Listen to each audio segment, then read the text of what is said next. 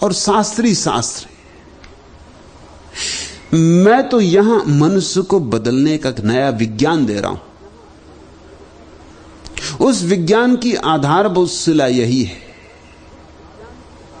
कि हम मनुष्य को स्वयं से प्रेम करना सिखाएं। यह बात अभी तक नहीं की गई है। तुमसे यह तो कहा गया है कि देश को प्रेम करो, और तुमसे यह भी कहा गया है कि धर्म को प्रेम करो, और तुमसे यह भी कहा गया है कि जरूरत पड़े तो देश के लिए मर जाना, धर्म के लिए मर जाना। लेकिन तुमसे यह किसी ने भी नहीं कहा है कि अपने से इतना प्रेम करो कि न तो देश के लिए मरने की तुम्हारी तैयारी हो, न धर्म के लिए मरने की तुम्हारी तैयारी हो। अपने से इतना प्रेम करो कि तुम्हें कोई भी उपद्रवी, कोई भी पागल किसी तरह की आत्महत्या के लिए राजी ना कर पाए। अपने से इतना प्रेम करो। तुम परमात्मा की कृति हो, मगर तुम ऐसे तैयार रहते हो मरने को जिसका हिसाब नहीं। बहाना मिल जाए कि तुम मरने मारने को तैयार हो। कारण साफ है, तुम्हारी जिंदगी बेमानी, तुम्हारी जिंदगी में कोई अर्थवत्ता नहीं है। जिंदगी में कोई ऐसी रसधार नहीं बह रही है कि तुम थोड़े झिझको। जिंदगी इतनी उदास है, और जिंदगी इतनी ऊप से भरी है, और जिंदगी इतनी बोझिल है कि तुम्हें कोई मौका मिल जाए मरने मारने का तो तुम कहते हो कि चलो छुटकारा में हुआ, चलो इस बहाने त्याग कर दें, शहीद हो जाएं। दिल में कम से कम एक आशा तो रहती कि जिंदा तो किसी ने पूछा नहीं। शहीदों की चिताओं पर जुड़ेंगे हर बरस मेले, चलो मर के चिता पर मेले इकट्ठे होंगे। मैं तुमसे कह रहा हूं, देश के लिए मत मरना, जाति के लिए मत मरना, धर्म के लिए मत मरना। तुम्हें परमात्मा ने मरने के लिए नहीं पैदा किया, नहीं तो पैदा ही क्यों करता। तुम्हें परमात्मा ने पैदा किया है जीना, फूलों के लिए जीना, चांद तारों के लिए जीना, अपने लिए जीना, लोगों के लिए जीना। जीवन परम मूल्य है, और जीवन किसी भी चीज पर निछावर नहीं किया जा सकता। जीवन पर सब कुछ निछावर है, और जीवन किसी चीज पर निछावर नहीं किया जा सकता। ऐसी आधारशिला बदलनी होगी आदमी की। लेकिन लोगों को लगता है मैं स्वार्थ सिखा रहा हूं।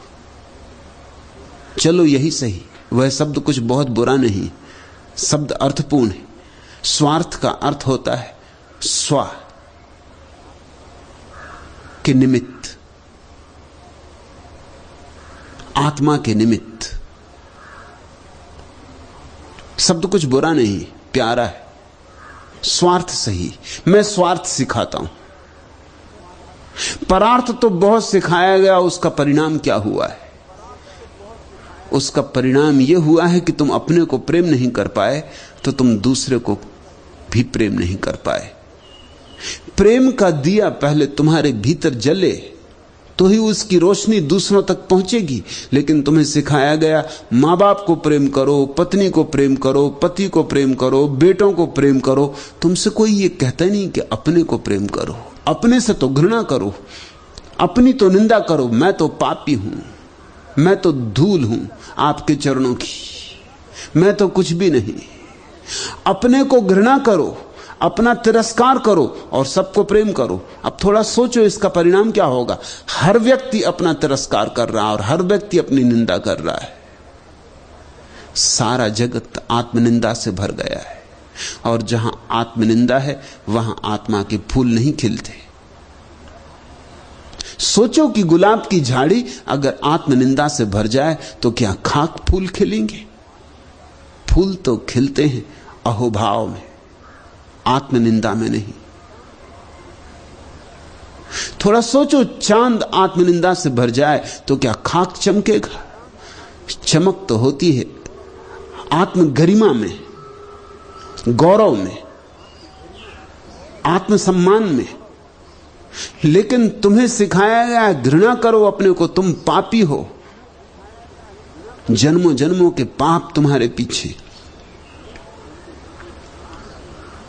और तुम्हें डराया गया है अपने को प्रेम मत करना, वह स्वार्थ है, और स्वार्थ बड़े से बड़ा पाप है। मैं तुमसे कहता हूं, स्वार्थ ही परार्थ की आधारशिला है। जिस व्यक्ति ने अपने को प्रेम किया, अपना सम्मान किया, वह किसी का भी अपमान न कर सकेगा, क्योंकि जिसने अपना सम्मान किया उसे दिखाई पड़ना शुरू हो जाता है कि जो जीवन मुझ में है वही सब में है। जो ज्योति इस दिए में जली है वही ज्योति सब दियों में जली है। और जिसने अपनी गरिमा पहचानी उसे सारे जगत की महिमा का अनुभव शुरू हो जाता। मैं यहां कोई नया धर्म नहीं दे रहा हूं, मैं तो यहां जीवन की एक नई शैली दे रहा हूं, एक नए मनुष्य की आधारशिला रख रहा हूं।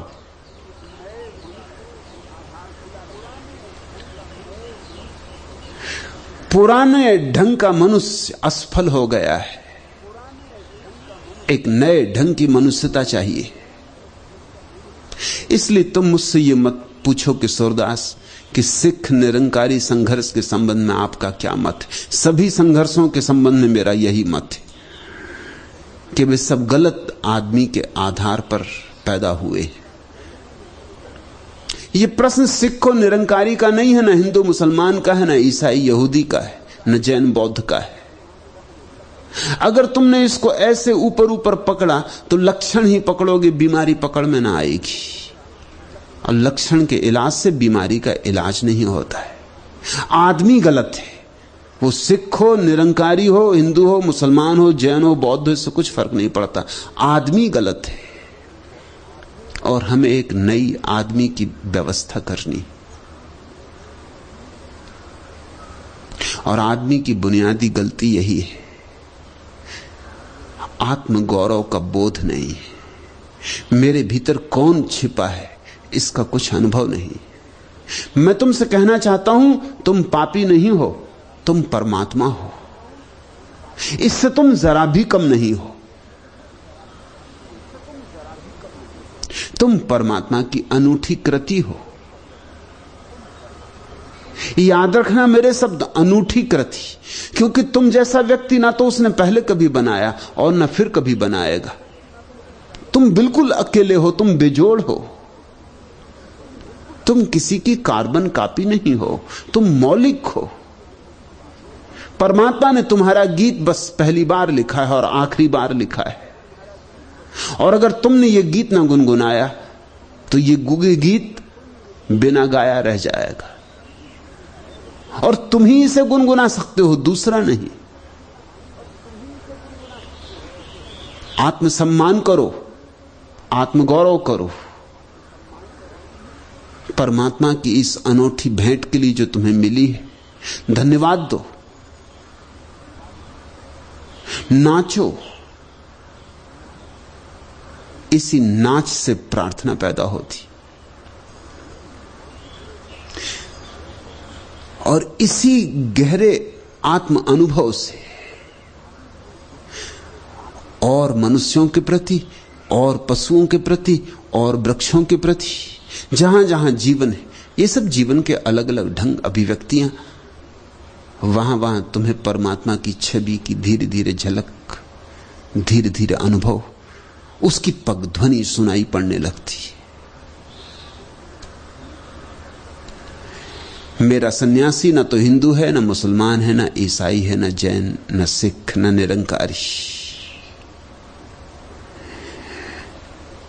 मेरा सन्यासी एक नए ढंग का आदमी है जो अपने प्रेम में तल्लीन है, जो स्वयं को प्रेम करने की दिशा में गतिमान है। अभी तो स्वार्थी लगेगा, क्योंकि तुम्हारी पुरानी जो व्याख्या है वह व्याख्या खूब जड़ जमा के बैठी। लेकिन अगर ये सन्यासी ये रंग जमीन पर फैल सका तो तुम पाओगे इसी स्वार्थ से ऐसे परार्थ के फूल खिलेंगे जिनकी तुम कल्पना भी नहीं कर सकते थे, क्योंकि तुमने सदा स्वार्थ और परार्थ को विरोधी समझा है। वे विरोधी नहीं है। स्वार्थ की जड़ों पर ही परार्थ के फूल लगते, वे परिपूरक हैं। और हम मनुष्य को यह जीवन गलत है ऐसा सिखाते रहे सदियों सदियों से। ऐसा सिखाते रहे कि तुम्हें जीवन मिला है तुम्हारे पापों के दंड के लिए। जरा सोचो तो, अगर जीवन पापों के दंड के लिए मिला है तो 2 कौड़ी का है, इसका मूल्य क्या? ले लो तो मूल्य नहीं है, दे दो तो मूल्य नहीं। मैं तुमसे कहना चाहता हूं तुम्हारे पापों का दंड नहीं है जीवन, तुम्हारे पुण्यों का पुरस्कार है, और तब पूरी दृष्टि बदलेगी। इसलिए नहीं कि तुमने बुरे काम किए थे इसलिए तुम जन्मे हो, तुमने कुछ सुंदर किया होगा और परमात्मा ने तुम्हें फिर भेजा है कि तुम और सुंदर करो, और सुंदरतर। रविन्द्रनाथ ने मरते समय प्रार्थना जो अंतिम की थी वह प्रीति करे प्रार्थना की थी कि हे प्रभु, अगर मैंने कुछ भी ऐसा जीवन में किया हो जो तेरे मन भाया हो तो मुझे बार बार जीवन में भेज देना। लेकिन तुम्हारे तथाकथित साधु सन्यासी प्रार्थना एक ही करते हैं कि प्रभु आवागमन से कैसे छुटकारा हो। और जब आवागमन से छुटकारे की प्रार्थना चल रही हो तो तुम कैसे जीवन के प्रति धन्यवाद, जीवन के प्रति कैसे अहोभाव, कैसे कृतज्ञता अनुभव करोगे? जीवन तो कारागृह है तुम्हारी भाषा में, इससे तो जैसे जल्दी छुटकारा हो जाए उतना अच्छा। अब कारागृह में कोई फूल तो नहीं उगाता, कारागृह को कोई सजाता तो नहीं, कारागृह में कोई वीणा तो नहीं बजाता, कारागृह में तो लोग प्रतीक्षा करते हैं कि कितने जल्दी छूट जाएं, किसी भी तरह बाहर निकल जाएं। मैं तुमसे कहना चाहता हूं यह संसार कारागृह नहीं है, यह संसार परमात्मा की अभिव्यक्ति है। यह संसार परमात्मा से भिन्न नहीं, विपरीत तो बिल्कुल नहीं।